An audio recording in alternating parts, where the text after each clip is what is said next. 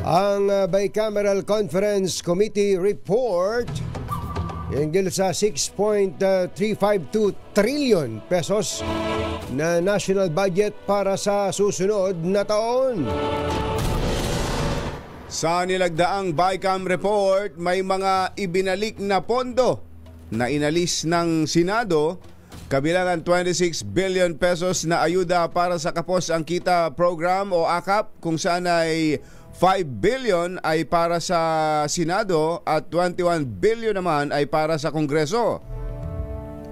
Tuluyan namang inalis ang pondo para sa PhilHealth subsidy mula sa isinusulong na 74.4 billion pesos na budget, at iginiit na meron pang 600 bilyong reserve funds ang ahensya, bagay na inalmahan ng iba't ibang mambabatas at ilang sektor. Sa kabuuan, DSWD ang nakakuha ng pinakamalaking budget cut na sinundan ng Commission on Higher Education, Department of Health, Department of Labor and Employment, maging ang Department of Justice. Samantala, sinabi ni PCO Secretary Cesar Chavez, posibleng lagdaan ni Pangulong Marcos ang 2025 budget sa 20 ng Disyembre. Isyu ng bayan. Dos. Maitim ang balak, magtago ka na. 2x2. Si Jerry at si Anthony, narito na. 2x2. Hahataw ng todo, urado ka. 2x2. Ang katotohanan, dala nila. 2x2. Walang sinasamba pali, maniwala ka. 2x2. Hataw ng gusto, tol, umasa ka. 2x2. 2x2.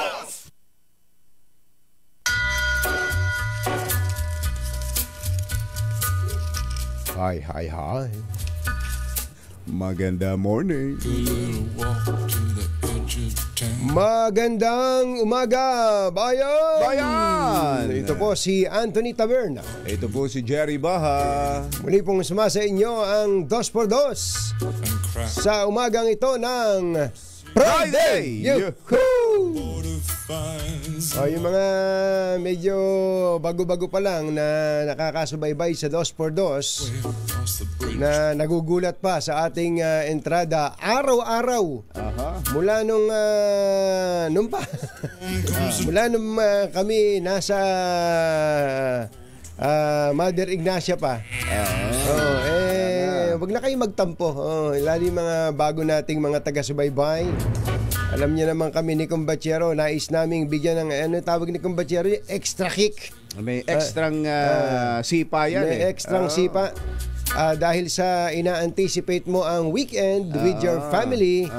Kasi pagka ganitong, lalo yung ganitong pecha Kumbachero, Webes. Webes. Yung Webes, ano? A12 pala ngayon. A12, medyo kwangke. Yung bang parang papalubog na yung energy mo eh. Pero pagka Friday, yun. At syempre, alam mo naman, all you need is pride. Yung pa isa. Sana po okay na okay lang kayo mga kababayan. Ang sabi nga nila, ito po pecha de peligro para sa ibang hindi pa nakakakuha ng 13th month pay. Ayan. Ang sweldo naman na sa linggo, 15. So sa 13. Bukas, sweldo na sa wag nyo nang hintayin yung Lunes pa. Yung mga employers yan, magpasweldo na kayo bukas. Yung iba naman, sa Sabado ang sweldo. Kaya hirap na hirap. Naku, paano kaya ang isasaing? Paano kaya? Isanla ko na naman kaya itong ATM ko. Yun ang ginagawa ng iba. Yung sanla ATM modus. Mga ganon. At syempre naman, yung binabanggit natin, kung may 13th month pay, medyo makakahinga ng konti ang ating mga empleyado. Pero gaya ng paalala natin, wag ubos-ubos biyaya. Magtitira pa rin. Magtitira ng para sa next year. Yun. Baka naman ubusin nyo na. Talaga, Pasko, bagong taon. Ito Kontrato na natin. Ayan. Wag ganon, wag ganon. Yung palang mga empleyado na inaaway ang kanilang mga HR department kapag natanggap na yung 13th month pay nila, siguro maigi na makuha natin o mabasa din po natin ang guidelines na sinasabi ng Department of Labor dyan.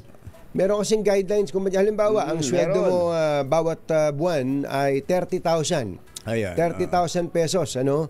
Hindi ibig sabihin nun na ang 13th month pay na makukuha mo 30,000 pesos din. Kung ikaw absenero. Halimbawa isang buwan kang umabsent o kaya 2 buwan kang nag-leave. Alam mo bang kasama sa kwentahan yon kung lampas-lampas na yon sa allowable leave mo?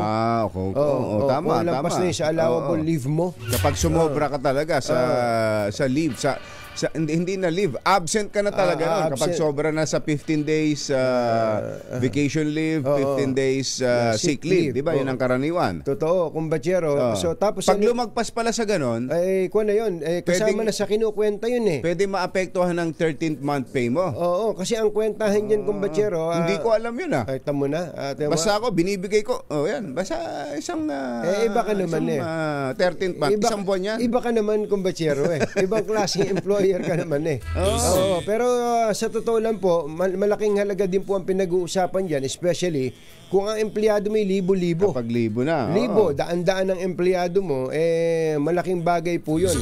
Okay lang sana na, magkano sweldo mo? 30,000 po. Ito, 30,000. Yan ang 13th month pay mo. Pero kung ikaw nga ay hindi naman nakakakumpleto ng pasok, halimbawa, ikaw ay laging late, kasama pa rin yan yung mga tardiness. Meron palang ganon? Oo, kumbatsero. Kaya may kaltas, depende sa performance mo sa loob ng isang taon. Nagulat nga ako nung medyo ino-orient ako ng HR dyan. Ganun ba yun? Ganun ba yun? Bakit dito sa MBC sobra pa? Lampas pa? Lagpas pa sa isang buwan ang binigay sa atin. Iba naman ang MBC. Iba talaga. MBC. Ayun, kaya yung mga employers natin dyan Tsaka yung kumpatsero yung pumasok ng naging na-employ ng February na. Meron pa rin yun. March na. Wag mo asahang ang 13th month po buong isang buwan. Hindi po. Kaya ang tawag may computation din yun. Parang ang tawag diyan, kumbatsero, pro rata. Pro rata. So prorated po ang kwentahan diyan. Dapat alam natin yun bilang mga empleyado. At yung mga employers naman, kung talaga namang maganda kita at sabi nyo ito ay napakaganda ng taon na to para sa amin. Tatakpan mo na ang mata mo. Lahat kayo, across the board. 13th month. 13th month pay mo. Meron pa nga magbibigay niya ng 14th month pay. Merong 15. Dito ba sa atin, Mother? Hanggang, ano bang may pasabi na ba o surprise pa yan? Alam mo ang MBC, malamang 17 pinakamahina dyan. Talaga. Lalo pat hirap na hirap tayong budgetin ng oras sa dami ng komersyal. Alam nyo naman kami, ayaw naman namin tumanggi sa komersyal dahil ang tumatanggi sa grasya, lumalabo ang mata. Ayan, di ba, Attorney Reg? Konsyero ng Bayan, Katunying at Ka-Jerry. Ang 13th month pay, kumbatsero, ang last day niyan dapat December 24. Pero ba't nyo naman ihintayin pa December 24? Wag na. Ba't nyo pa ihintayin? Alam nyo namang yan ang kinasasabikan ng mga empleyado. Bigyan nyo na ngayon. Bibigyan nyo rin naman. Palagay ko mamaya darating dito si Attorney Reg, si Sir Jun Nigdao at si Boss Jomay. At pagdating dito nung tatlo na yan, alam nyo na, Mother. Alam mo na. Alam na. Alam na this. Sasakit na balikat mo, kabibilang ng kwarta. Totoo yun, mga employers Kasi ang dapat, para hindi nahihirapan ng employers, kumbatsero, especially yung mga establishado naman ng mga kumpanya, pinag-iipunan yan Halimbawa, meron kang revenue sa isang buwan, ang kwentahan dyan, kumbatsero, di ba, labor. Labor yan Ito papasweldo. Ito, halimbawa, ito yung utilities. Ayan. Ito, utilities. Ito, renta sa building. Kung nang pa ka, ito, renta sa building yan. Itong tax. Ayan, ito, bayad sa tax. So, lahat na yun, ipina-factor in mo, Tapos, sasabihin mo, uy, malaki pa pala tira. Oo. Malaki pa tira. O, isama mo ng tinatawag na accrual. May accrual, kumbachero. O, ito naman, itatabi ko para sa 13th month pay. Ayan. Sa December. Nung aking mga... So, nagtatabi ka din doon. Unti-unti nang itinatabi yan. Hindi yung pagdating ng December, tsaka kukuha. Maghahagilap ka. Baka, halimbawa, hindi mo nga na-budget. Maghahagilap ka ngayon.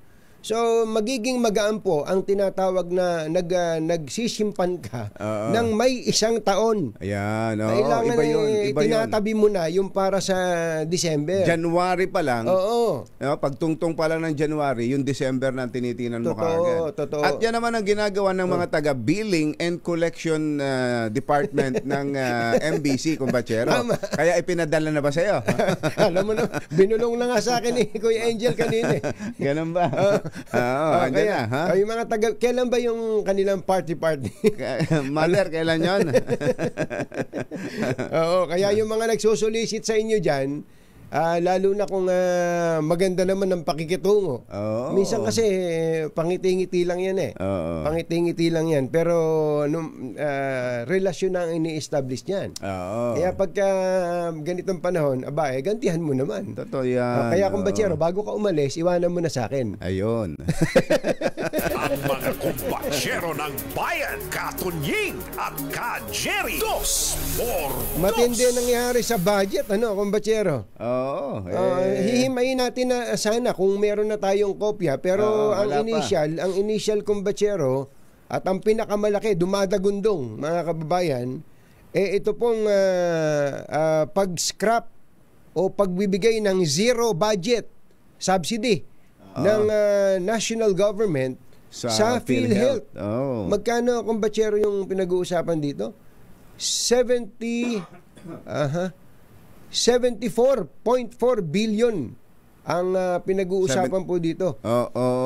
Meron po kasing ang PhilHealth po, bukod dun sa contribution po natin, mga kababayan, yung premium, yung buwan-buwan na hinuhulog kinakaltas po sa atin. Ang Kongreso po sa pamamagitan po ng General Appropriations, taon-taon nilalagyan din ho ng pondo yan. Naglalagay po yan, tawag po doon subsidy. At lalo pa nga po lumaki yan nung nagkaroon ng tinatawag na sin taxes. Naalala niyo yung sin taxes?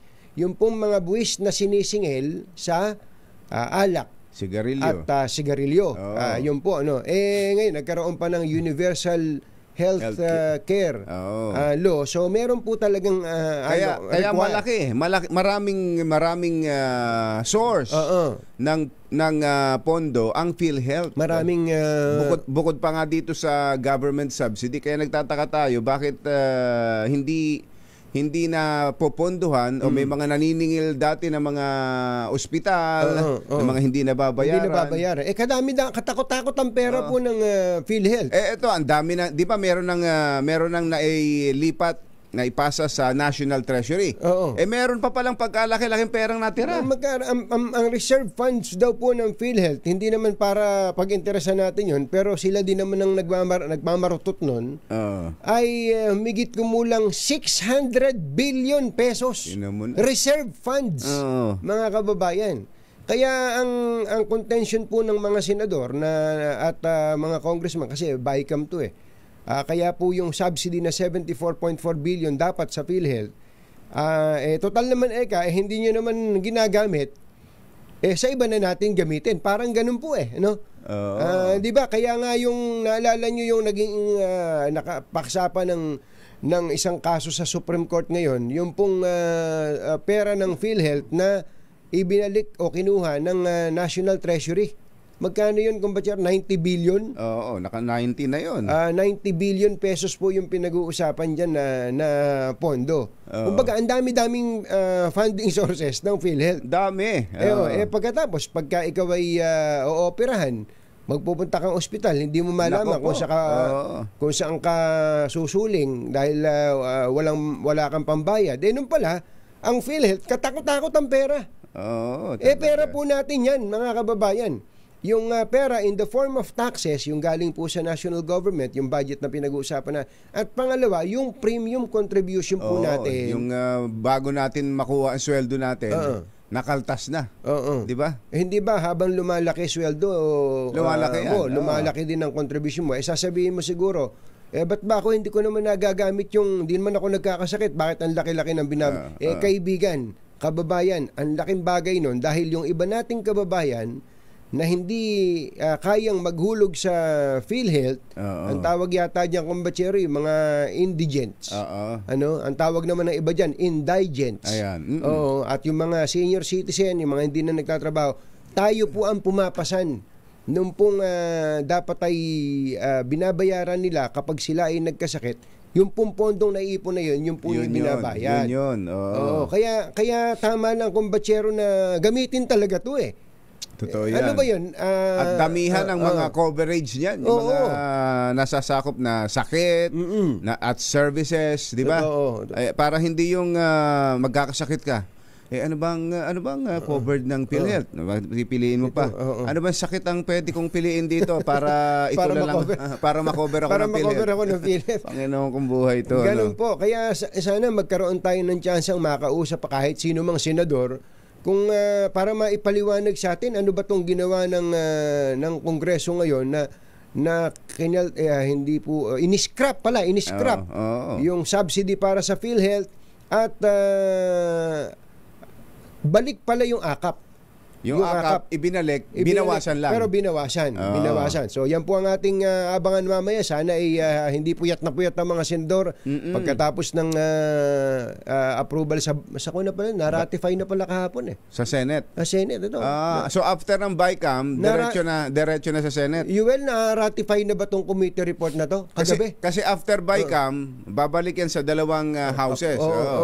Para approve bago i-submit nila yung tinatawag na enrolled copy, dadalhin po dyan sa Malacanang. Ayun, abangan po natin. Kailangan himayin po natin ito mga kababayan dahil ngayon po naiindulto si Vice President Sara dahil po sa budget, di ba? Ayan, yan ang banner story ngayon ng ilang mga pahayagan.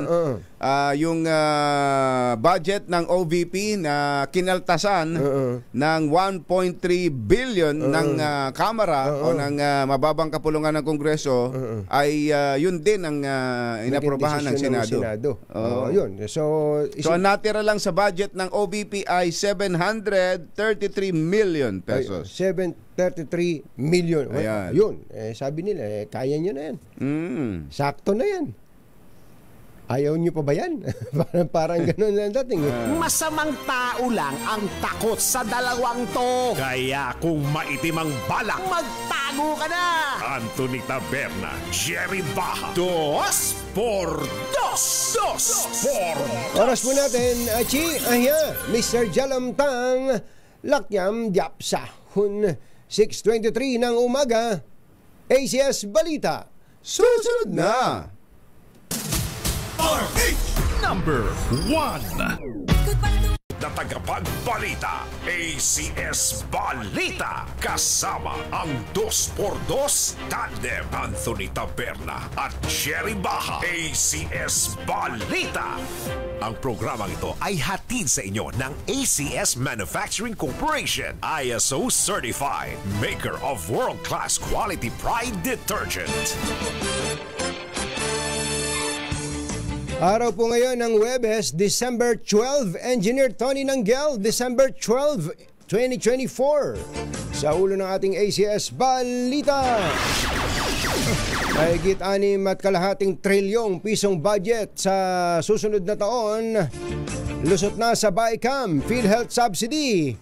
Binigyan ng zero budget. Pangulong Bongbong Marcos pangungunahan ang PNP Command Conference pero ngayon pa lang ay ginit na hindi ito loyalty check. NBI pag-aaralan kung muling ipatatawag si VP Sara. Kandidatura ni Marikina Mayor Marcy Teodoro bilang kongresista kinansila ng COMELEC. UP, 4 na iba pang universidad sa Pilipinas pasok sa QS World Rankings. At mga Pinoy na kumukuha ng AI courses dumarami. Magandang umaga Luzon, Visayas at Mindanao. Good morning Philippines. Hello world.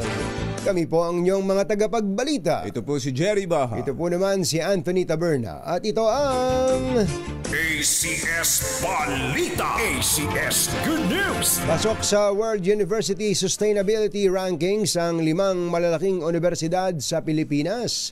Sa ikalawang sunod na taon, nanguna ang University of the Philippines sa top performing university sa bansa na nasa 300th spot sa buong mundo. Sinundan po yan ng Ateneo de Manila University na umakyat sa 503rd place mula sa dating 593rd place noong isang taon. Nag-improve din ang performance ng De La Salle University sa 911th to 920th bracket mula sa 921th to 1000th bracket noong isang taon. Samantala, nasa ika-4 at ika-5 pwesto naman ang Mapua University at University of Santo Tomas. Ang QS rankings ay isinagawa ng isang British Higher Education Networking Company sa 1,700 universidad sa buong mundo. Dumarami ang bilang ng mga Pilipinong nagpapa-enroll sa mga learning courses hinggil sa Artificial Intelligence o AI. Sa datos ng Coursera Incorporated, isang New York-listed education provider, isa kada 15 minutong enrollment ang kanilang natatanggap araw-araw. Mahigit 2.5 million din anila ng mga Pilipino ang interesado sa kanilang platform na nakapagtala sila ng 21% na pagtaas.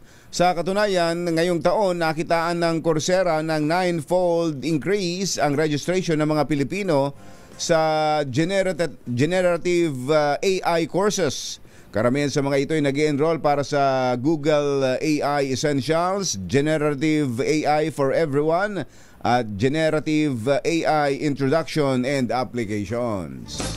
Alas 6:29 na ng umaga, Diyos maray na aga sa Indugabos, mga Bicolano, mata na kamo, gising na. Bokya ang pondo ng Philippine Health Insurance Corporation o PhilHealth sa inaprobahang pinal na bersyon ng panukalang 2025 National Budget.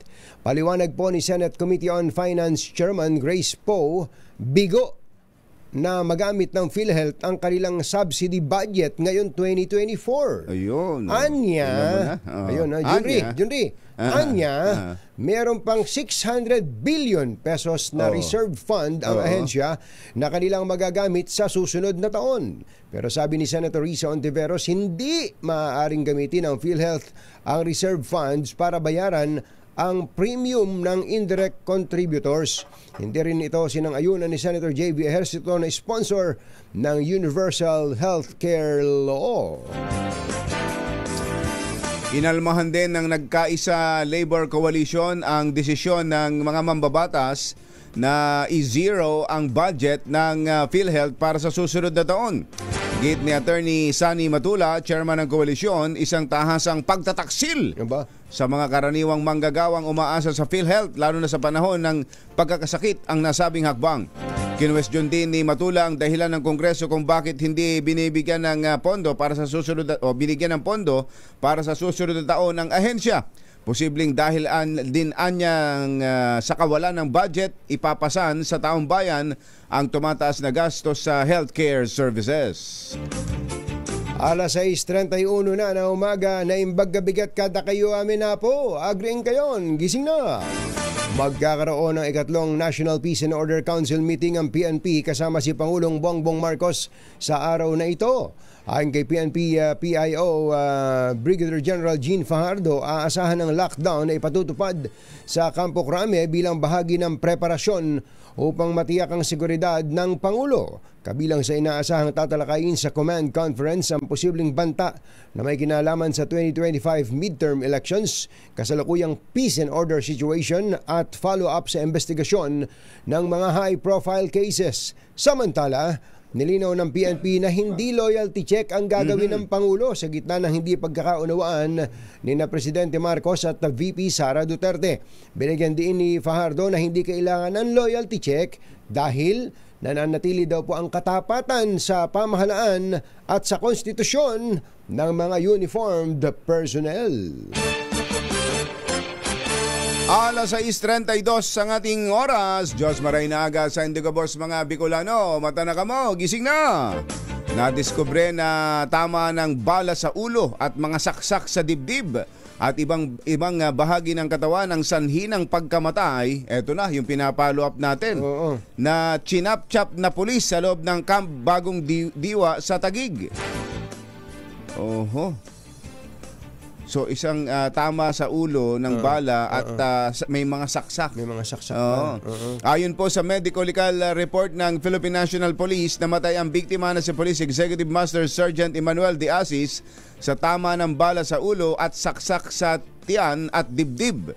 Si De Asis ay pinatay ng kanyang kapwa police na si Police Lieutenant Colonel Roderick Pascua matapos maaktuhan daw ang biktima at ang kanyang misis na si Police Master Sergeant Rosemary Pascua na umano'y nasa very intimate moment. 6:33 na umaga. Maayong aga mga pinalangga. Bugtaw na kamo, gising na. Pag-aaralan pa ng NBI kung muli pa nilang ipatatawag si Vice President Sara Duterte. Ito matapos ng hindi muling pagsipot ng Vice Presidente sa nireschedule na pagharap sa NBI dahil sa pagdalo nito sa isang Thanksgiving party kasama ang media.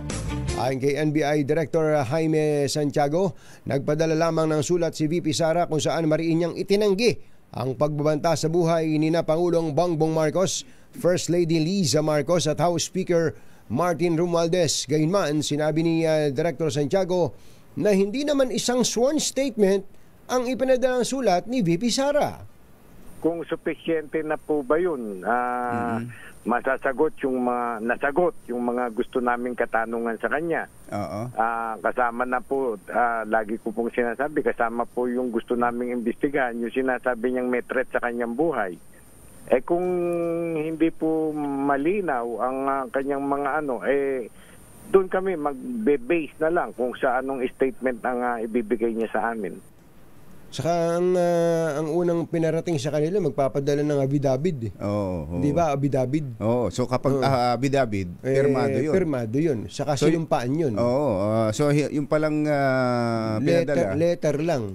Dear Director. Parang excuse letter lang parang pala. Excuse letter lang pala. Bihirang pati so. Ganun na. talaga. Ayan na. Yun ba ang kayang payo talaga sa kanya ng kanyang abogado? Di ba yun ang sinabi? Ewan ko kung anong klaseng mga abogado yun. Yun na nga.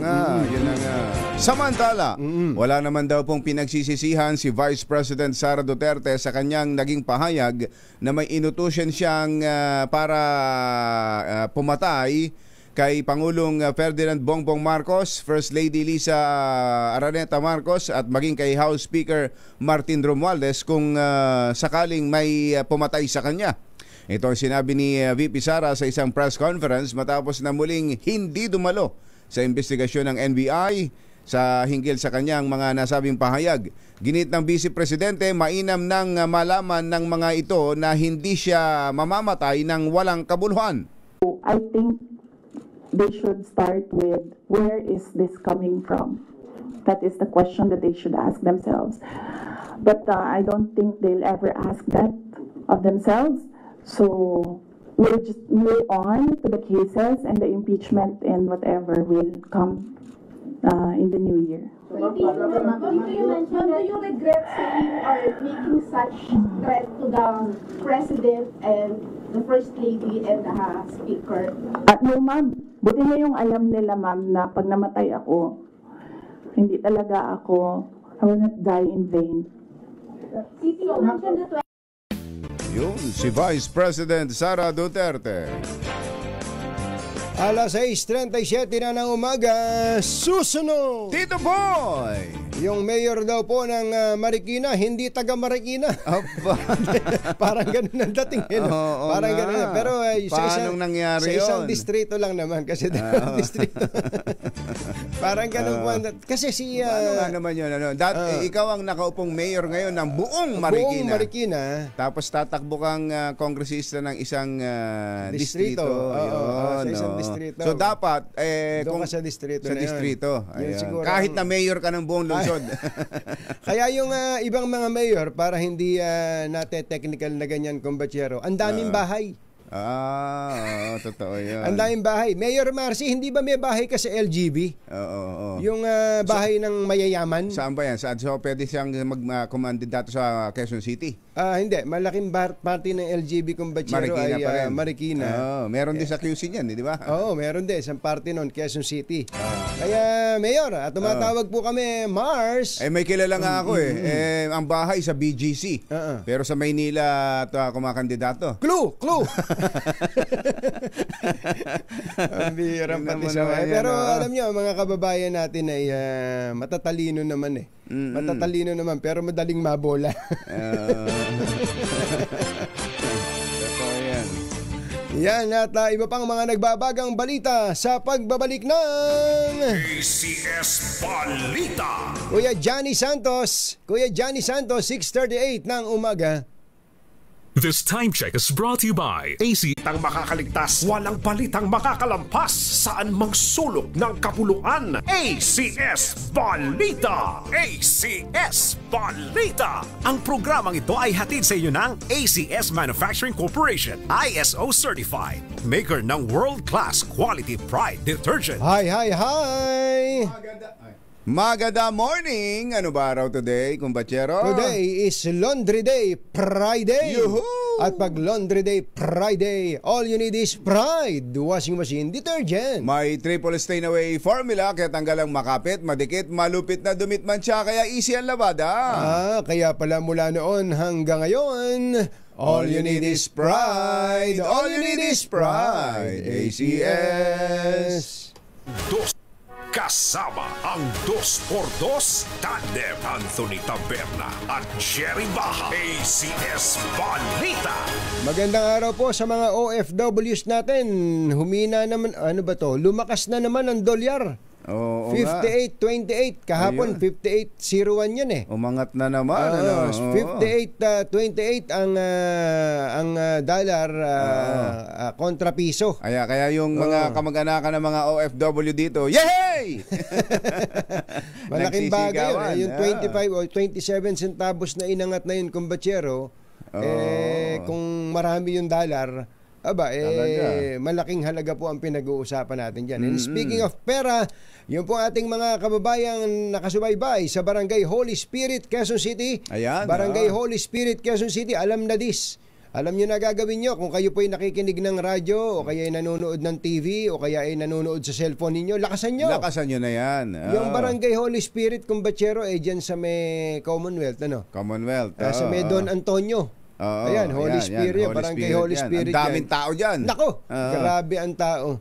Kahapon pala kumbachero, napunta ako dyan sa may Muñoz area, no? Yung tinatawiran ko dati, yung sinasabi sa akin na, "Hoy, ikaw nga nakapula." Ikaw nakapag na pula. Ay, grabe palang tao. Yung MRT station, di ba MRT station, yung Fernando Po Jr. station dyan? Sa Roosevelt. Sa Roosevelt. Tapos, lakad ka ng, dahil merong EDSA busway, naku, parang langgaman tao. Talaga, napakadaming tao ngayon dyan. Kaya itong panahon na to, hindi ka magtataka kung magka-traffic sa dami po ng tao. Kaya pagka po aalis kayo ng bahay, meron kayong lakad, maglagay na kayo ng allowance ng 1 oras o 2 oras. Yan. Para wala kayong sasabihin sa ka-meeting nyo o kaya kausap nyo na, hindi, pasensya na, matraffic Yung 10 kilometers na bibiyahihin ninyo, na pupuntahan ninyo, yun, 1 hanggang 1.5 oras. Totoo. Ngayon yan, dito sa Metro Manila. So, i-factor in na po natin yan. Ang kagandahan lang kung kayo ay gagamit ng tinatawag nating mass transport system, ito pong tren, LRT 1, LRT 2, MRT 3. Ayan. Tapos itong kumbachero, yung EDSA busway. Ayan, malaking bagay, medyo mapapabilis kayo. Yung busway talaga. Malaking bagay. Kaya marami natutokso dyan, dumaan dyan Inggit na inggit Pero ulitin natin, yan po'y para sa mga bus lamang. Kaya nga, busway. Busway. Busway. Bus lang ang pwede dyan. Kaya kayo, siguro yung ibang mga hindi nakakadaan dyan, para hindi kayo natutokso.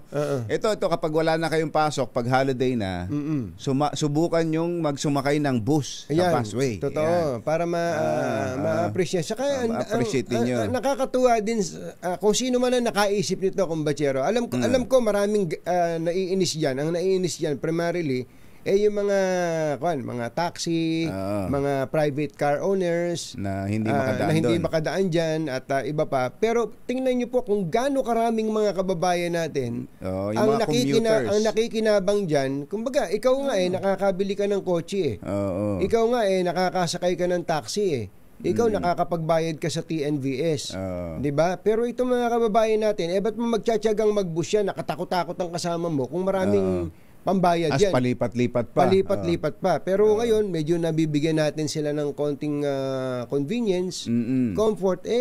Panahon naman na para maramdaman nila yon. Huwag ka na magtampo, pare ko. Huwag ka na magtampo. Malay mo naman, mapabilis mo yung mga taga-DOTR, kami nananawagan sa inyo. Pwede ho ninyong bilisan, ha? Pwede ninyong bilisan ang mass transport system natin. Oo, lalo na yung mga iba pang projects dyan na foreign assisted. Yung may tulong mula sa ibang bansa. Dapat ngayon, nabawi na. Pinondohan na. Oo, sa budget po ng Pangulo, dahil sa nabusit yata doon sa sinabi nating grabe ang mga porsentuhan sa mga budget na sa mga proyekto na tinuturo ng mga congressman at senador. Inagaw po ng Pangulo ang budget para po sa mga pet projects ng mga mambabatas at ibinalik sa foreign assisted o doon po sa mga legacy projects ng administrasyon. Yun dapat pati daw doon sa yung pambili yung karaniwang nagiging problema yung pondo para sa right of way. Ayan, totoo. Hindi maituloy-tuloy ang isang project dahil merong mga may-aring pribadong tao doon sa dadaanan. Kailangan bayaran 'yon. Natural, nasa batas 'yan, yung tinatawag na just compensation. Nung nawala pala pondo ron. Siniro Pambira. Kaya yung mga project na malalaki natetenga. Kaya po natetenga dahil may mali sa budget. Ang pinondohan, flood control. Naku po. Flood control project. Bukod sa flood control, yung asphalt overlay. Asphalt overlay. Yung nakita mo yung pinapakita ko sa yung listahan kong batsero, takot-takot na asphalt overlay. Asphalt overlay. Daang-daang milyon. Grabe. Ngayon po, ang sabi po ng Pangulo, ang ponduhan, ang bigyan po ng pondo, tiyaking may pondo, ay yung pong sa right of way at saka mga legacy projects, mga kalsada, mga riles ng tren, yan, subway, kumbatsero, at maraming iba pa. May nakausap akong isang bumibili, yung sinasabi mong may nagbebenta, may nakausap naman akong bumibili ng mga projects na ganyan. But baka ako, di ba bawal na yung flood control? Sabi niya, anong bawal? Bukod baka ako sa flood control, saan pa pwedeng ilagay ang binibiling mga projects na yan? Saan daw? Asphalt overlay. Ganun baka ako? Ganun din ba ang kita ron? Parang flood control din yan. Ganun? 20% lang ang natitira sa project. Pambirang patis anak ng bakang dalaga. 20% lang ang natitira sa project. Anak ng bakang dalaga, mapapaanak ng bakang dalaga ka talaga.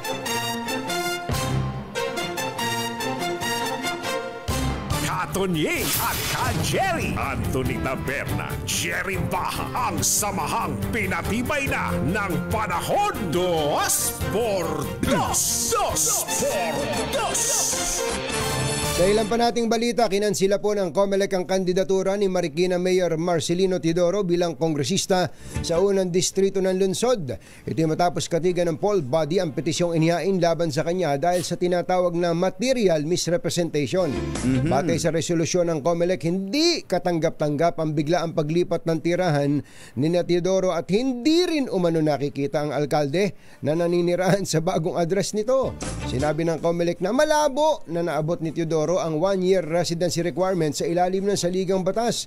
Nagkaroon nila ng material misrepresentation nang sabihin nito na registered voter siya sa 1st District kahit na hindi pa aprobado ng Election Registration Board noon. Inihain ang kanyang Certificate of Candidacy noong October 5. Samantala, tahasang sinabi naman ni Marikina Mayor Marcy Teodoro na politika ang nasa likod ng mga petisyong alisin siya sa 2025 elections. Politika talaga ito, Mayor. Kasi Mayor ka, tumatakbo kayo. Politika talaga ito. Talaga. Ayon kay Teodoro, kinilala ng poll body ang paglipat ng kanyang voter registration, pero katakatakang salungat ang naging hatol nito sa kanyang Certificate of Candidacy. Ayun. Gayon din, nanindigan ng alkalde na matagal siyang nanirahan sa 1st District ng lungsod. Patunay ang kanyang naging karera bilang konsihal at congressman mula sa nabanggit na distrito. Nakatagda namang maghain ng motion for reconsideration si Mayor Marcy 5 araw mula sa pagkakatanggap niya ng kopya ng resolusyong ito ng COMELEC, lalo't hindi pa ito final and executory. Uy, magandang umaga pala sa ating masugid na taga-subaybay. Ang birthday ba niya? Akala ko birthday si Police Colonel Rolifer Capukian, ang Provincial Director ng PNP Pangasinan. Nako, kaya pala takot na takot ang mga bangus dyan Pag nakita daw si PD Colonel Rolifer Capukian ng Pangasinan, takbuhan ng mga bangus. Kaya pala nagkaroon ng shortage. Kaya pala ito pa lang si Colonel Rolifer Capukian ay PNPA Class 2002. PNPA Class 2000. Ayan. Kaklase siya ni Secretary Cesar Chavez. Ayan. Happy listening, Colonel. Nagatid sa kabuuan ng ating ACS Balita. Ito po si Anthony Taberna. Ito po si Jerry Baha. ACS Balita. Ay, mga taga-barangay Holy Spirit, ready na ba kayo? Ayun, 6:54. Balitang makatotohanan, balitang maaasahan. ACS Balita. Ang programang ito ay hatid sa iyo ng ACS Manufacturing Corporation, ISO certified, maker ng world-class quality pride detergent. Number kung maitim ang balak, magtago ka na! Anthony Taberna, Jerry Baha, 2x2.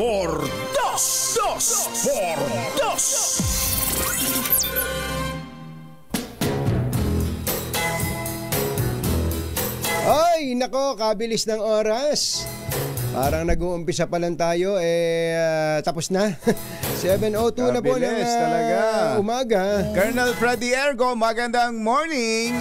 Meron daw December ride. PIDEA ASEC General Bong Dixon, General Roberto Fajardo, si General Faji. Si Faji. At ang buong PMA class hinirang of 1987. Ayan, meron daw ride. Uy, nagpapaliwanag itong si MMDA Chairman Romando Artes. Wala daw silang ibinaban na yung mall-wide sale na ban sa Metro Manila. Wala daw ganun. Walang ganun. Meron lang daw mga napagkasundo ang i-adjust yung mall hours. Kasi kinakabahan yung ibang mga... Tsaka ang kunyata nila, yung wag pagsabay-sabayin. Wag pagsabay-sabayin. Tama ka. Sabay-sabay na sale. May sale. Ayun. Pwede naman pwede. Nung isang beses nga, hintay ako na hintay sa misis ko Sabi ko, pambihira, alas 12 na, wala pa.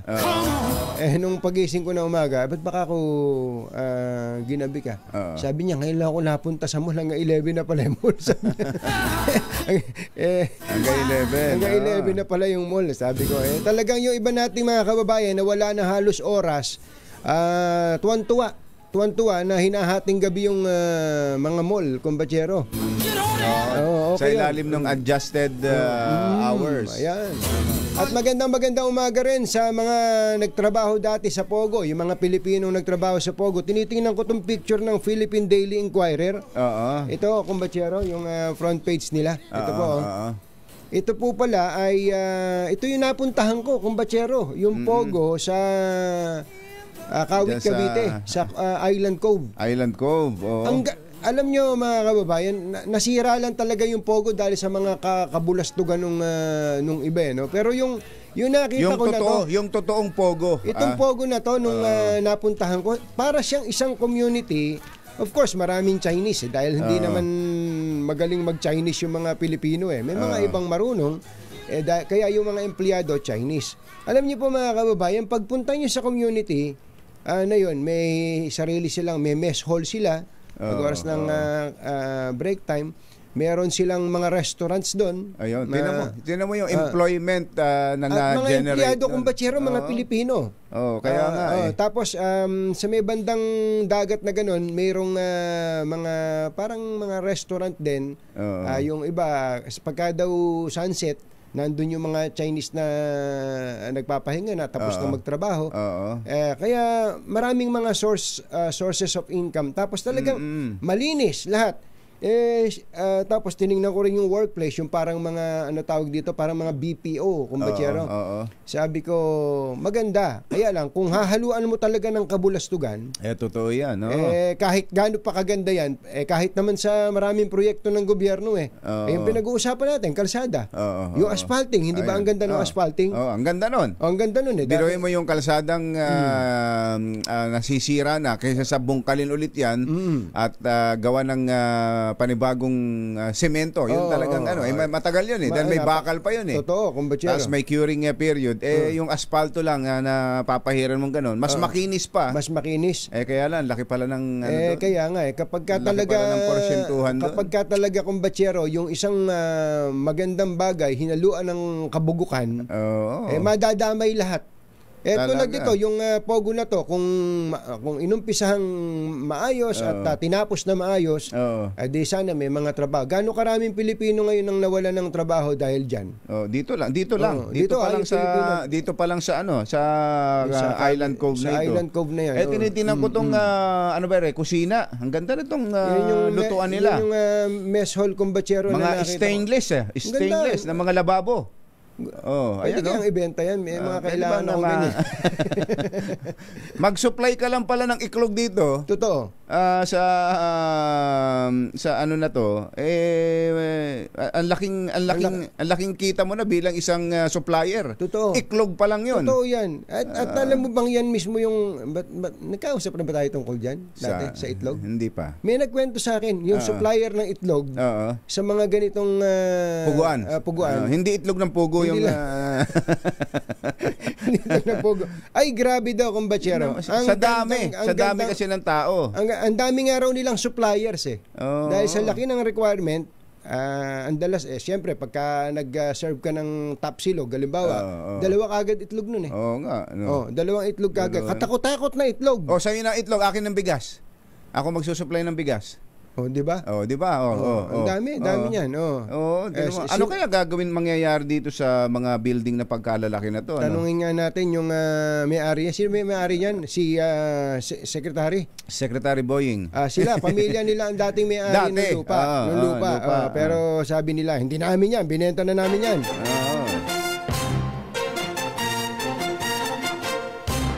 Tonying at Ka-Jerry, Anthony Taberna, Jerry Baha, ang samahang pinatibay na ng panahon. 2x2.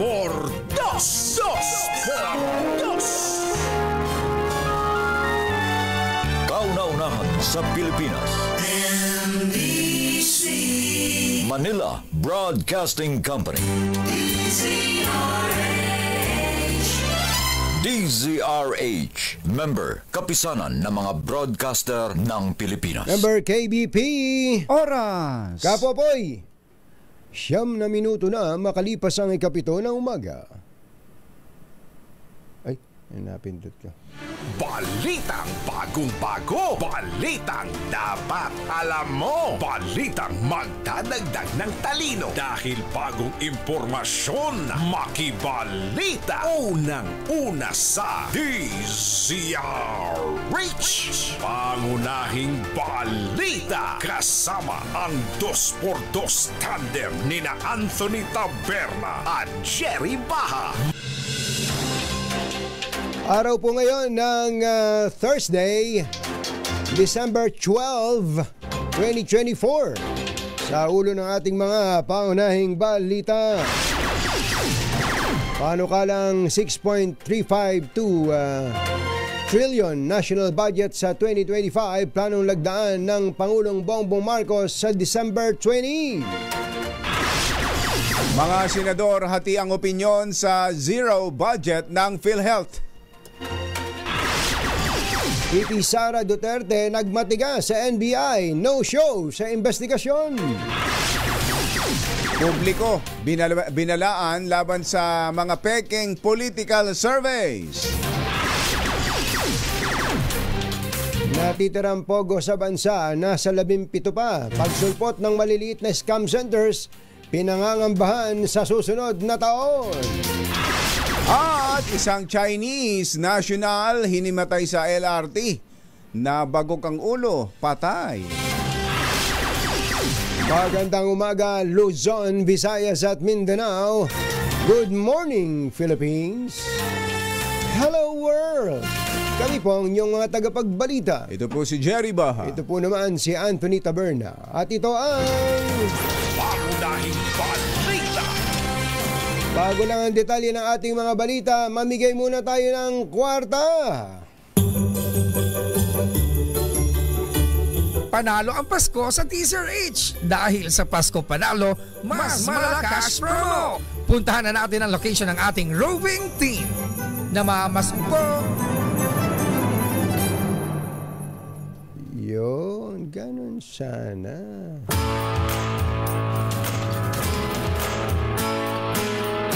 Sa Barangay Holy Spirit, Quezon City, may nanalo na.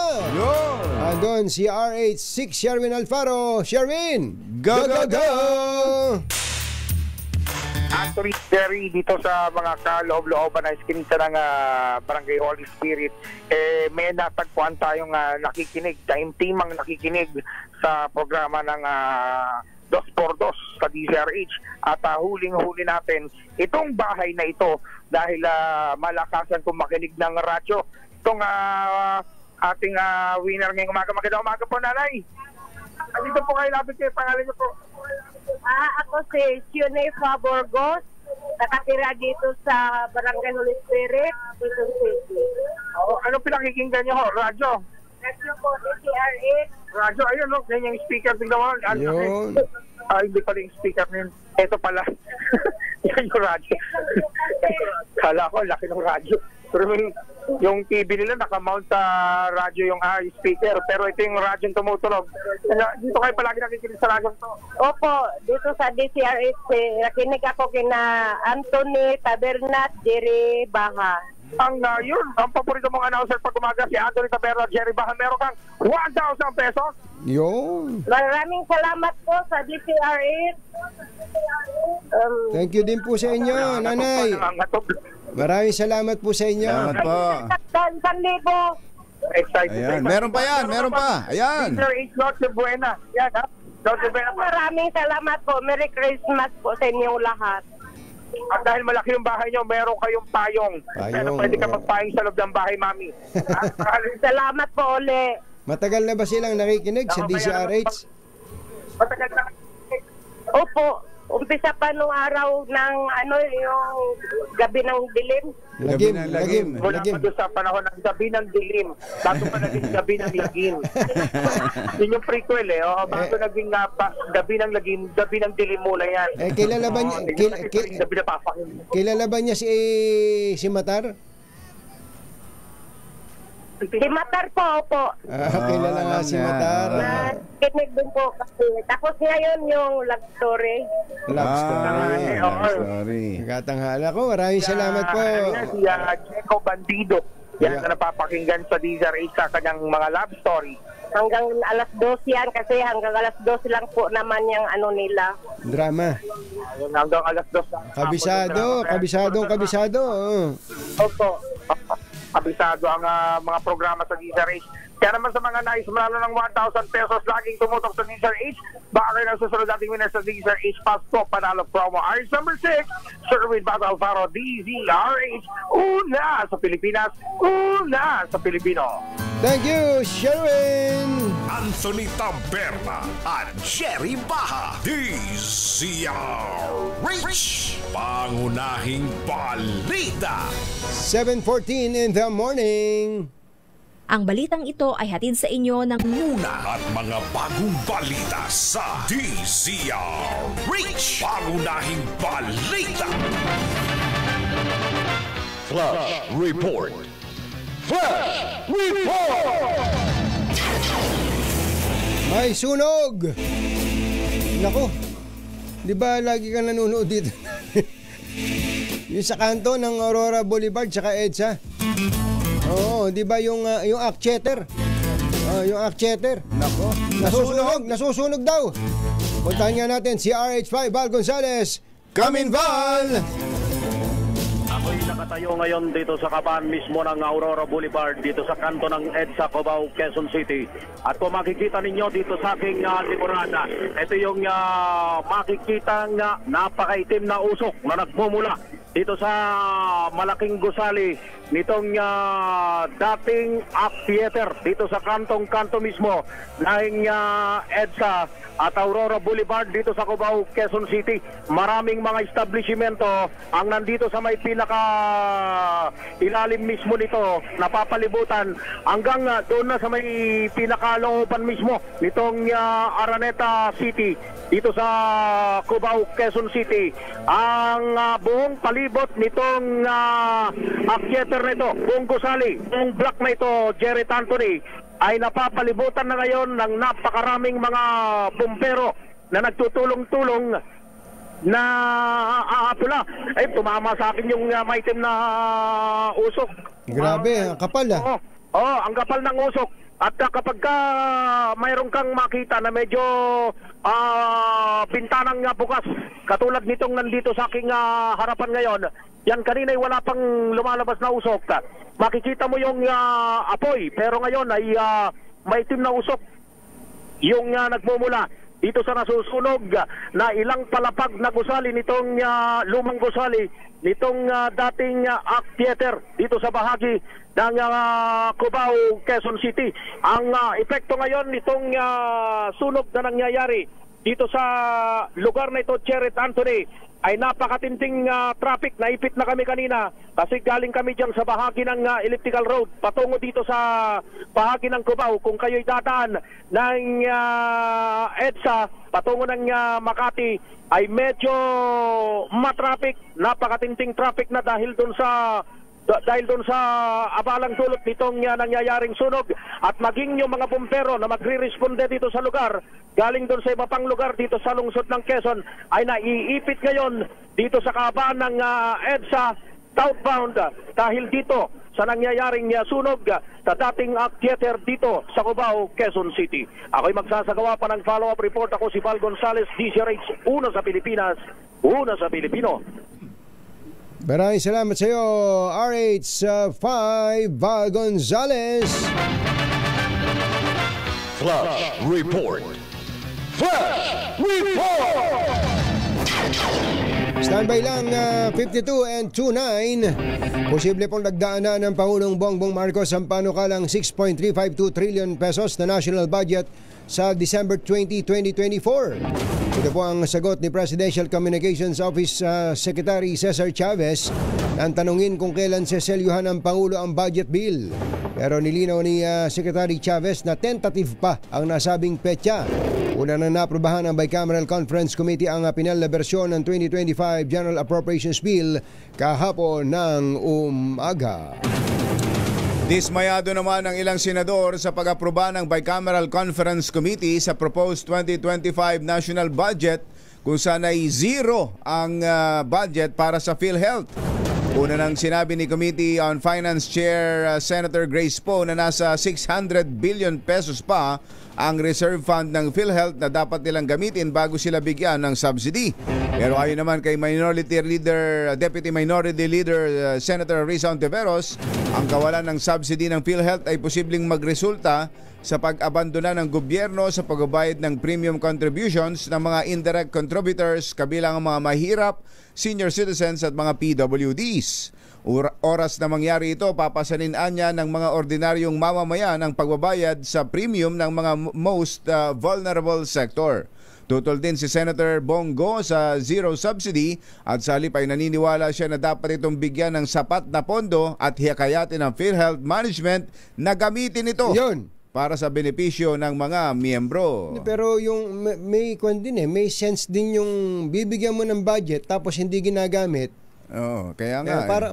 Bakit mo pabibigyan kung marami naman pala silang pera na hindi ginagamit? Hindi ginagamit. Parang ganun po yung instant na understanding natin doon. Pero again, kanina pa po kami tumatawag sa mga senador at mga senador na concerned dito. Pero naintindihan natin dahil panahon po ng mga party-party ngayon. Oo nga. Baka yung iba inuumaga na sa party. Inumaga. Pero nagtsatsaga pa rin po kami. Gusto kasi nating maintindihan ito eh. Samantala sa ibang balita, no show pa rin ang nagparty na si Vice President Sara Duterte sa NBI upang magpaliwanag tungkol sa naging kill threat niya kina Pangulong Bongbong Marcos, First Lady Liza Araneta Marcos at kay Speaker Martin Romualdez. Sa halip tanging ang kinatawan ni Duterte na si Attorney Paul Lim ang nagtungo sa tanggapan ni NBI Director Jaime Santiago ipit ang sulat ng Vice Presidente. Hindi po sworn statement. Sulat. Nakasaad po sa sulat na itinatanggi niya ang pagbabanta sa buhay ng mga opisyal. Binanggit din doon ang pagiging bias daw ng investigasyon ng NBI na nasa ilalim ni Justice Secretary Boying Rimulya na alter ego ni Marcos at Chief Alter Ego ni Executive Secretary Lucas Bersamin. Ayon naman kay Santiago, ang pagtanggi ni Duterte na humarap sa investigasyon ay may tuturing na ring pag-waived sa kanyang karapatan na madinig ang kanyang panig. Habang hindi rin anya matatanggap na NBI ang sulat na ito ni VP Sara na ipinadaan sa abogado dahil hindi anya ito sinumpaang salaysay. Nagpahayag naman ng NBI na handa nilang tanggapin anumang oras kung naisin ni Duterte na magsumite ng sworn affidavit.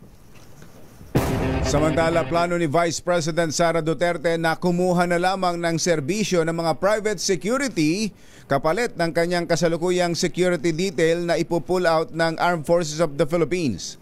Ayon kay VP Sara, sumulat na siya kay AFP Chief of Staff General Romeo Browner upang sabihin na hindi na niya kailangan o hindi na nito kailangang palitan pa ang kanilang mga ipo-pull out na personnel dahil hindi niya tatanggapin ang kanilang replacement. Ayun na nga. Yun na nga sinasabi natin. Nang tanungin kung sino ang magbabayad ng kukunin niyang private security, sinabi ni VP Sara na ipasasagot niya ito sa kanyang mister na si Attorney Mans Carpio. Marami yun.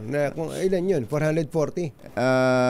Kung private security, di ba 440 nagbabantay sa kanya ngayon? Yung sa VP-SPG. Mga pulis sa kasundalo.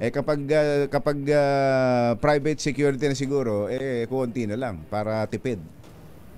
Ganon? Yung PSG kasi na ngayon na naka-assign sa kanya, puro ano yun? Puro bayad ng sa gobyerno yun gobyerno, kaya tsaka papayag ba ang gobyerno na hindi, ganyan? Require obligasyon ng Estado na bantayan ang tiyakin ang kaligtasan ng kumbatsura, halimbawa lang sa Amerika kahit nga nagpapatayan na halos si Joe Biden saka si Donald Trump, ang nagbabantay sa kanila Secret Service. Kaya nga yung Vice President ang nagbabantay doon Secret Service. So ganun po ka-importante ang posisyong ito.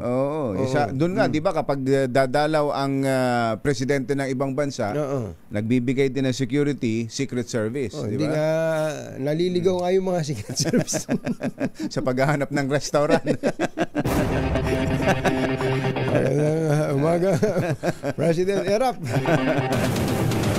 Sa kaugnay na balita, tumanggi si Vice President Sara Duterte na magpaliwanag ukol sa mga recipient ng confidential funds na may pangalan na non-existent sa Philippine Statistics Authority o PSA.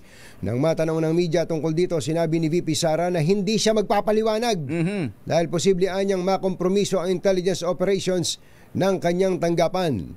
Una nang pinagpapaliwanag ng mga mambabata si VP Sara sa maanumalyang paggasta ng 612.5 million pesos na confidential funds ng OVP at Department of Education na mayroong umanong imbentong recipients. Kabilang sa tinutukoy ng mga mambabatas na kahina-hinalang recipients ay sina Mary Grace Piatos, Kokoy Villamin, Chippy McDonald, Fernando Tempura, Carlos Uwishi. Uy! Meron may pala Carlos talaga. Uwishi pala. Totoo pala talaga. Kala ko biruan lang natin yun eh. Alam niyo bang ang may-ari ng Uwishi ay si Ambassador Carlos Chan? Ngayon, pinangalan niyo Carlos Uwishi. At higit 400 iba pa na walang record sa PSA. Pero yung pong mga sumusunod-sunod sa kwento, confidential nga Kaya nga hindi sinabi yung totoong pangalan dyan baka daw makilala ng mga masasamang loob yung kung ilalagay yung totoong pangalan. Niloloko nyo ba kami? Niloloko nyo ba kami? Ba't kailangan pang mag-sumite ng mga dokumentong yan, ng acknowledgement receipt sa kung hindi rin COA, naman pala kung puro kalokohan lang naman pala ang pangalan na ilalagay dyan. Higi nga. Tsaka ano ba yung intelligence work na tinatrabaho ng Office of the Vice President? Na sinasabi nilang mako-compromise sa ngayon. Ano bang intelligence yun? Buhay. Sa ibang balita, pinag-iingat ang publiko laban sa paglaganap ng mga peking political survey sa social media na naglalayong linlangin ang mga botante at kandidato sa darating na eleksyon. Ito'y makaraang tukuyin ni Anton Salvador, tagapagsalita ng Philippine Research and Marketing Association, ang dalawang peking survey firms na kanilang natuklasan. Kabilang dito ang Hypothesis Philippines at Philippine Research and Opinion Group na wala namang expertise sa statistics, walang tagapagsalita, walang malinaw na methodology at wala ring opisina at sa halip ay nagpo-post lang sa social media. Ayon dito kay Salvador, gumagamit ng modus operandi ang dalawang peking survey firm at ginagaya ang mga lehitimong survey upang magmukhang kapani-paniwala. Ayun. Delikadoan niya ang ganitong mga survey dahil sa maling impormasyon na kanilang ipinangakalat. Paliwanag pa nito, posibleng magdulot ang peking survey ng kalituhan at makaapekto sa democratic process ng halalan. Payo ni Salvador sa mga botante at kandidato na tanging mga lehitimong organisasyon lamang na ang tingnan tulad ng Social Weather Stations, Pulse Asia, Publicus Asia, Ibon Foundation, RPMD Foundation Inc. Ano yung RPMD? Ano, lehitimo daw ba yan? Sabi ni Rax Salvador. Ni Anton Salvador. Paano naman niya nasabing lehitimo yung mga yan? Meron pa. HKPH ARC. Ano RP Mission and Development Foundation Inc. At yung Octa. Itong Octa Research. Octa Research. Talaga. Natin. Yung kasing pasensya na kayo. Huwag kayong magtatampo Gusto nating ma-interview yung mga taga-RP Mission na yan halimbawa, yung sinasabi nilang pinakamataas daw rating ng isang congressman, lahat yata ng congressman, pinakamataas ang rating. Paano nila nasukat yun na pinakamataas ang rating? Ayun na nga. 300 mahigit na congressman yun. Tapos may babanggitin sila, siya pinagkakatiwalaan daw na spokesperson. Hindi nga nagsasalita. Yung spokesperson ng mga agency. Minsan nabubusit ako sa mga ganong survey Eto, RP Mission, RPMD Foundation, HKPH, ARC. Hindi rin natin naririnig to. Paano naman natin kikilalanin to, Mr. Anton Salvador? Pambihira. Sino ba si Anton? Doon na lang Anton. Doon na lang sa mga dati na natin nakikilala. Pulse Asia, SWS, Publicus, yung Ibon Foundation, Octa Research, saka yung Hilo. Yung Hilo, ayan. Hilo, narinig na dati natin yun. Hindi Hilo, Lilo. Lilo pala. Hindi ko na kumaisa doon. Lilo nga pala. Lilo. Yun. Yung bang Ibon ano ba Ibon? Foundation. Ibon, Foundation. Ito yung Africa. Kaya lang bihira namang maglabas din ng survey yun Hindi, saka kwan yun. Ibang research group yung Ibon. Ibon, laging galit sa gobyerno yun Kahit sino nakaupo sa gobyerno.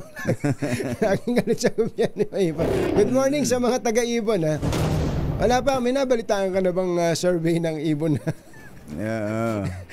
Natuwa sa kahit sinong gobyerno. Anyway, magandang umaga kay Congressman Emeng Pascual at kay Mayor Ella Naganyo. Hindi pa ba kayo nagpang-aabot? Ang tatapang naman ninyo dyan. Mga taga-Nueva Ecija. Grabe tapang. Ako patawarin mo ako kung batsero, naisip ko to nung nanonood ako ng video. Video nila. Nanonood ang iniisip ko gusto kong mangyari nun. Sana umalis yung pulis, para pag alis ng pulis, magkakaalaman kung matapang na talaga tong dalawang to. Oo, pagka walang aawat. Pag walang aawat. Tapos pagka nagpang-abot, pareho silang may private army. Pareho silang may mga kasakasamang... ba't pinapayagan ng pulis na may private army yung mga yan? Yun mismo ang tanong natin. Yung bang mga baril ng mga yan na mahahaba? May mga papel ba yan? At manawagan na tayo kay PNP Chief Romel Marvil. Baka hihintayin pa ba nating may bumulagta dyan? May magkapatayan dyan? Yun. Habang wala pa. At ganyang kainit ang tensyon ng sa pagitan ng dalawang opisyal na yan, Congressman Emeng Pascual at Mayor Elan Naganyo ng San Leonardo. Antindi, ang init ngayon, mas mainit yun. Dapat yan, tanggalan na ng mga, kung may mga nakadetail sa kanilang mga pulis, tanggalin na yan at bigyan na lang ng ilan kung kailangan talagang bigyan ng kung ilan yung inaalaw ng police bigyan na lang at wala na yung yung mga private security. Yun. Ang Nueva Ecija gumaganda na nga ang imahe, wala na masyado nagpapatayan diyan Caselo, ikaw na ngang kumilos diyan, Caselo Lagmay. Ang problema sa ibang mga tao, kapag may kasamang may baril, tumatapang din sila talaga. Hindi ba? Tapos pag mayroon pang camera, naka-Facebook live. Naka-Facebook, yun ang problema. Nako, pambihirang patis, kawawa naman yung ating minamahal na Nueva Ecija. Kahapon may napanood tuloy ako sa Facebook, matindi pala yung Ella Naganyo, kumbatsero. Diretso sinabi, ang may-ari daw ng mga illegal na sigarilyo, si Emeng. Si Emeng, saka yung mayor ng Cabiao. Si Mayor Rivera. Yan sila ang ang tatapang nito. Kinumpirma niya yung mga matagal ng kumakalat na report. Matindi itong Ella Naganyo. Abang mga taga-Nueva Ecija matatapang dyan, lumabas ang matapang. Yung mga hindi matapang, magluto na kayo. Tanghali na. Susunod! Dito boy! Ito bang si Andrew E. Kanino kampe ngayong nasira na yung unit team?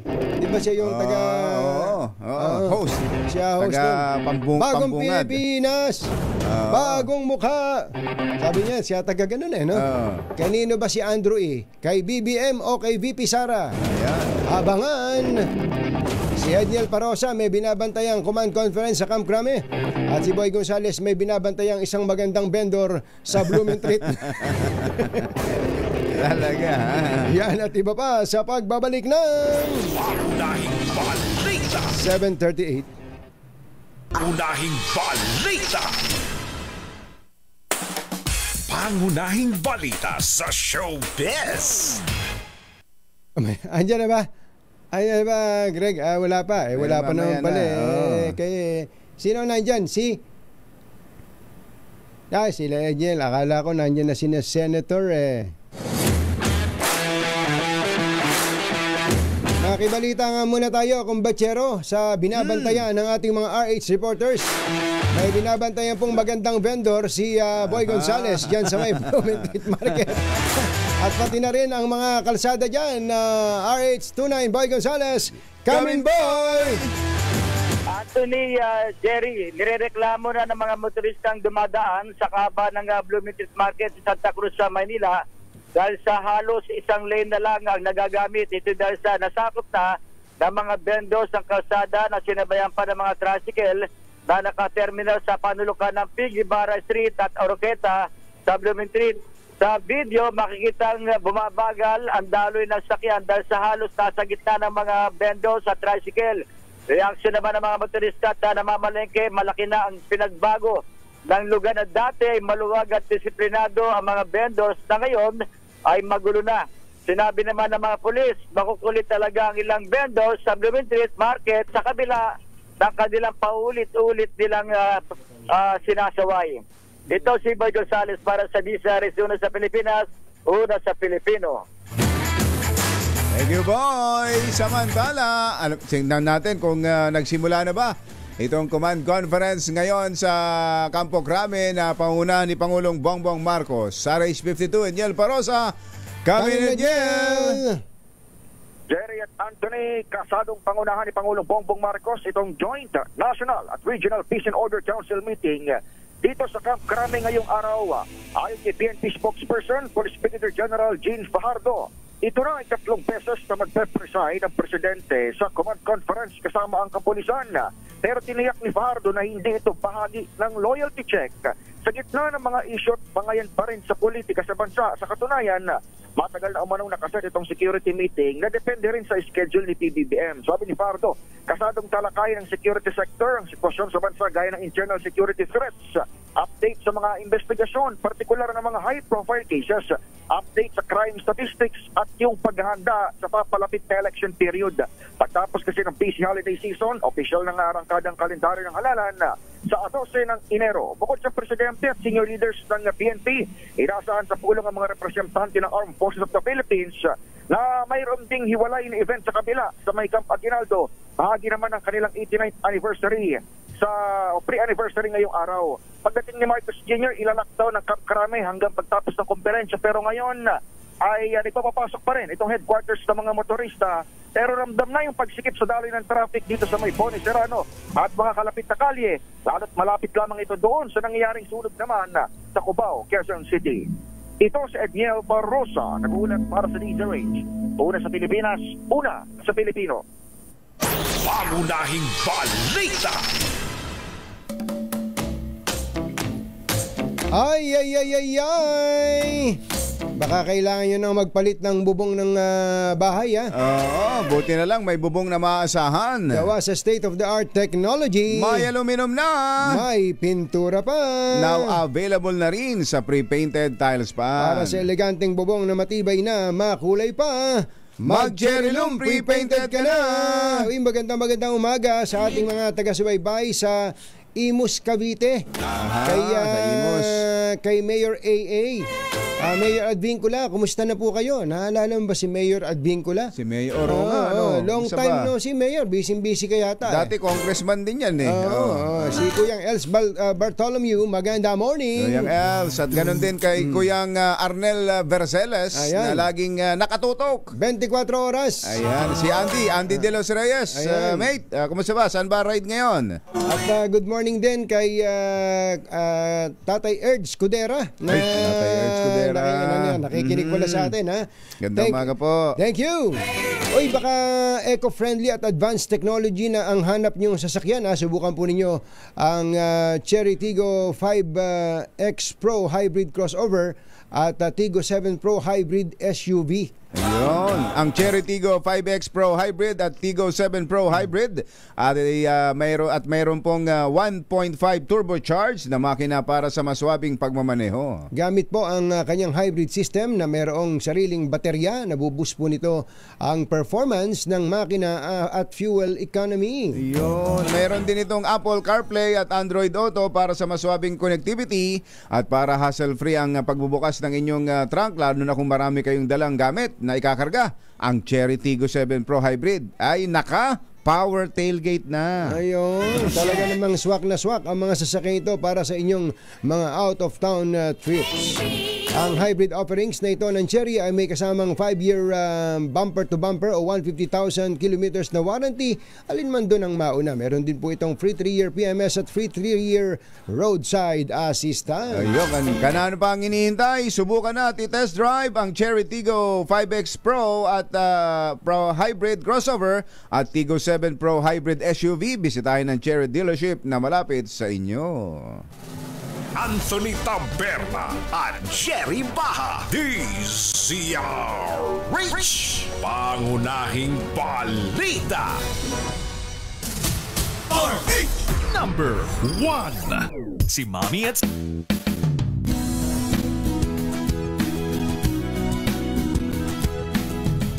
Magbago man ang panahon, doon kami sa gawang Peerless. Champion. Mula sa baretang pangmatagalan, purong powder.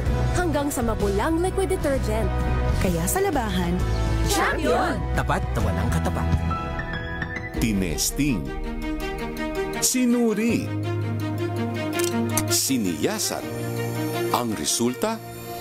Super effective ang Shield sa pagpatay ng bakterya at virus. Shield Antibacterial Soap. Believe ang mga eksperto sa Philippine Nurses Association. At si Mami. Tiwala ako sa Shield.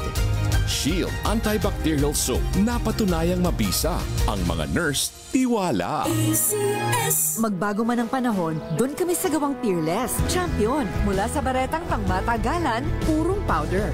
Hanggang sa mapulang liquid detergent. Kaya sa labahan, Champion! Tapat na walang katapat.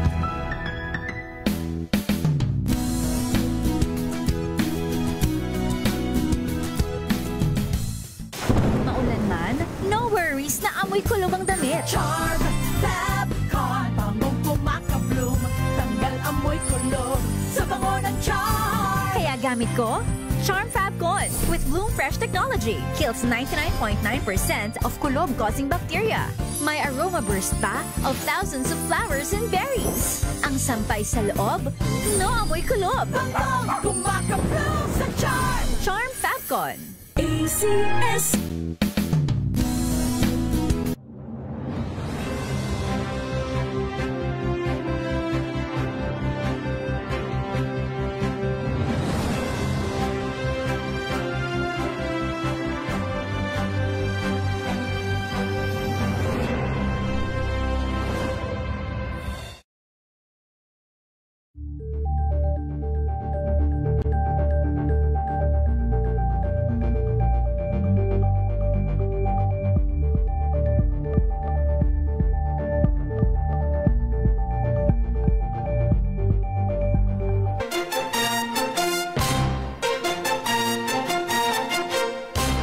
Tonying at Ka-Jerry. Anthony Taberna, Jerry Baha, ang samahang pinatibay na ng panahon. 2 por 2. 2 por 2. Uy, nakikinig pala sa atin si Congressman Wilbert Lee ng Agri Party List. Hindi ba tumatakbo siyang senador? Tumatakbo senador yan. Congressman Wilbert Lee. Manoy, magandang morning at magandang morning din kay RPT. Ay, RPT. Attorney Roland P. Tan, wala ba tayong bigas yan?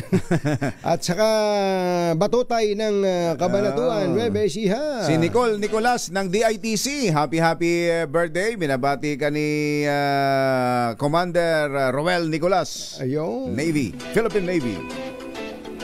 Ay, salamat naman at makakausap natin ang mismong pinuno ng Senado, Senate President Chis Escudero. Senator Chis, magandang morning!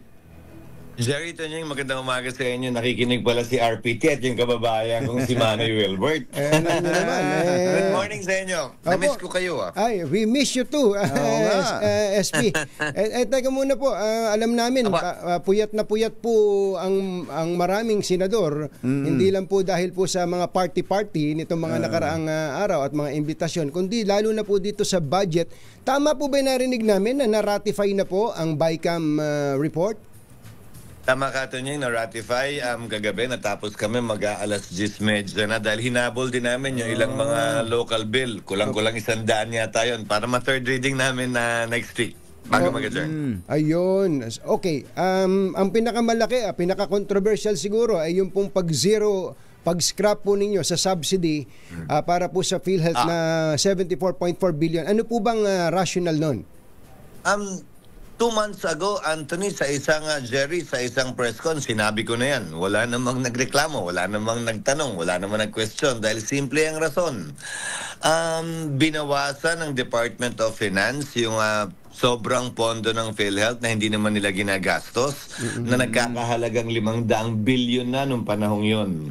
Binawasan ng 90 bilyones, pinigilan ng Supreme Court ang 39 billion, kung hindi ako nagkakamali. So bumaba lamang ng 440 billion yung pondo ng PhilHealth. Pero sa ngayon, Anthony Jerry, nung tinalakay ang budget, 600 billion na uli yung pondo ng PhilHealth. Layunin sana nung panukalang budget, dagdagan pa yon ng 74 billion. Mahigit 50 bilyon para sa pagbabayad ng premium dun sa mga walang trabaho. At 20 plus million para sa dagdag benepisyo. Ba't namin bibigyan pa uli ng dagdag, Jerry Tonying, sa aking pananaw? Kung sobra-sobra naman yung pondo nila at hindi nila ginagastos para sa miyembro. Sang-ayon sa charter ng PhilHealth, pwede nilang gamitin yung kanilang pondo para sa universal coverage ng PhilHealth. Ang maganda pa nga doon, mula isang bulsa, pabalik lamang sa kabilang bulsa nila yon. Pero, Senator Chis, hindi ba ang sin tax measures natin ay parang may automatic appropriation nung kita nito papunta sa PhilHealth? Paano po yun? Tama ka, Jerry. Narinig ko rin yan. Walang pwedeng batas na ipasa ang nagdaang Kongreso para itali ang kamay ng susunod na Kongreso, lalo na kung hindi naman angkop at bagay sa panahon, tulad nga ng sitwasyong meron tayo ngayon. Sobra-sobra ang pondo ng PhilHealth, pero popondohan mo pa uli at hindi naman nila ginagawa yung trabaho nila sa dagdag benepisyo at dagdag coverage. Pangalawa, kung yan ang pagbabatayan natin, pues meron tayong mahigit 1 trilyon at 600,000 batas na hindi po pinupondohan pero pinasa. So hindi po naman pwede basihan. Totoo yan. Basihan yun. Totoo yan. Napakarami yan. Hindi porkit pinasa ng dating Kongreso ay hindi na pwedeng baguhin ng mga susunod na Kongreso. Jerry Tonying, hindi kami pwede magpasa ng batas sa sasabihin namin, yung Kongreso pagdating ng 2050, ito lang ang pwedeng gawin. Lahat ng kita ng customs, ibuhos yan sa Bicol dahil kailangan niya ng Bicol. May kapangyarihan naman ang susunod na Kongresong baguhin yon, depende sa pangangailangan ng panahon. So ang malilaw lang dito at siguro itong gustong marinig ng mga kababayan natin, kahit na hindi nilagyan ng budget ang PhilHealth dito sa 2025, wala dapat na maging epekto sa anumang mga sinasagot ng PhilHealth sa health services para sa mga kababayan natin. Wala talaga dapat, Jerry, dahil 600 bilyon ang hawak nila ngayon. Bigyan kita na halimbawa ng 600 bilyon, Jerry. Kapag hindi nila ginastos yan ngayong taong ito, pag 4% ang inflation natin, para madaling i-compute na lang, 4% ng 600 billion ay 24 billion. Walang gagawin, ha? Walang gagawin. Nawawala ng halaga ng 24 billion yung hawak nilang pera dahil inuupuan lang nila. Kinain lang ng inflation. Ito'y kumbaga ay pagpaalala, paggising sa kanila na, hoy, gawin nyo naman yung trabaho ninyo. Malaking pera na nasasayang sa hindi nyo paggalaw, sa hindi nyo pagbigay ng benepisyo, sa hindi nyo pagbayad sa mga ospital na naniningil sa inyo. Ang alam ko lamang, halimbawa, Tonying, Jerry, Sorsogon. Ang utang nila sa Sorsogon Provincial Hospital System sa ngayon ay 450 million. Yun naman na. Dahil sa return to hospital, mga inarting, ay mali yung letra ng pangalan, ay mali yung birthday, mali yung isang araw. Dapat naman sana pag-aangin nila. Ang laki, Jerry Tonying, ng utang ng PhilHealth sa mga ospital, pribado man o pampubliko. Totoo yan. Nako, saka ito pa po, Senator Chis, kung ganong kalaki po ang pera ng PhilHealth, pwede po bang kung ang isang Pilipino, siya man po ay aktual na nagbabayad o indigent o senior citizen, pag na-hospital po siya, pwede bang wala na halos babayaran yung Pilipino na yon? Dapat ganoon. Ang tawag dyan, Jerry Tonying, ay no balance billing o zero balance billing. Yan ang layunin ng universal healthcare at trabaho ng PhilHealth yan. Ang problema, dahil nga sa kapalpakan ng PhilHealth, doon na imbento at doon pinanganak, Jerry Tonying, yung MAIP. Para punuan yung hindi napupunuan ng PhilHealth. Pero ang tingin ko dito sa MAIP ay pansamantala lang dapat ito habang boljak pa ang PhilHealth. Dapat dumating yung panahon, yung MAIP mawala na at PhilHealth na talaga ang sasagot sa lahat ng gastusin ng ating mga kababayan sa ilalim ng universal healthcare at yung konsepto niya na tinatawag na zero or no balance billing. At saka dapat walang dagdag na premium na binabayaran tulad ko at iba pang mga empleyado na nakikinig po sa atin yan. May panukalang batas na kami para dyan, Jerry, dahil sobra na nga yung pondo ng PhilHealth. Binabawasan namin yung premium ng formal sector. Kayo, ako, tayo na may trabaho, binabawasan ng 1% yung ating premium imbis na tumaas. So, di ba dapat pagtaas ng benepisyo, tataas din yung premium.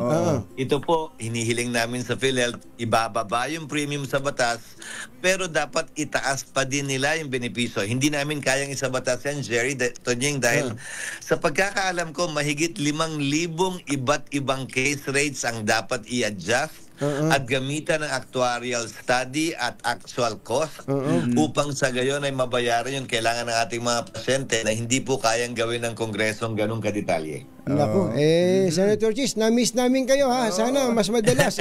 Pansinin nyo kami lagi ha. Natawag ulit kami. Uy, grabe naman. Kayo nga hindi tumatawag. Hinay-hinay sa mga party-party ha, Senator Chis. Bawal yung party, Jerry, Tonying. Kinansela ko lahat ng mga pag-party sa Senado. Pero kayo, balita ko, may konting pagditipon kayo dun sa kaibigan natin ha. Sana ikaw din. Sana sa'yo rin. Iniwan kami kagabi eh. Bye, Senator Chis. Thank you po. Maraming salamat. Salamat, Tonying. Salamat, Jerry. Magandang umaga sa inyo. Senator, yung pala paalam na gabi. Kaya nakapagpaalam. Senate President Chis Escudero. Bye! Happy weekend! Woo! Damdaming bayan. Susunod na. Bluebirds fly. RH number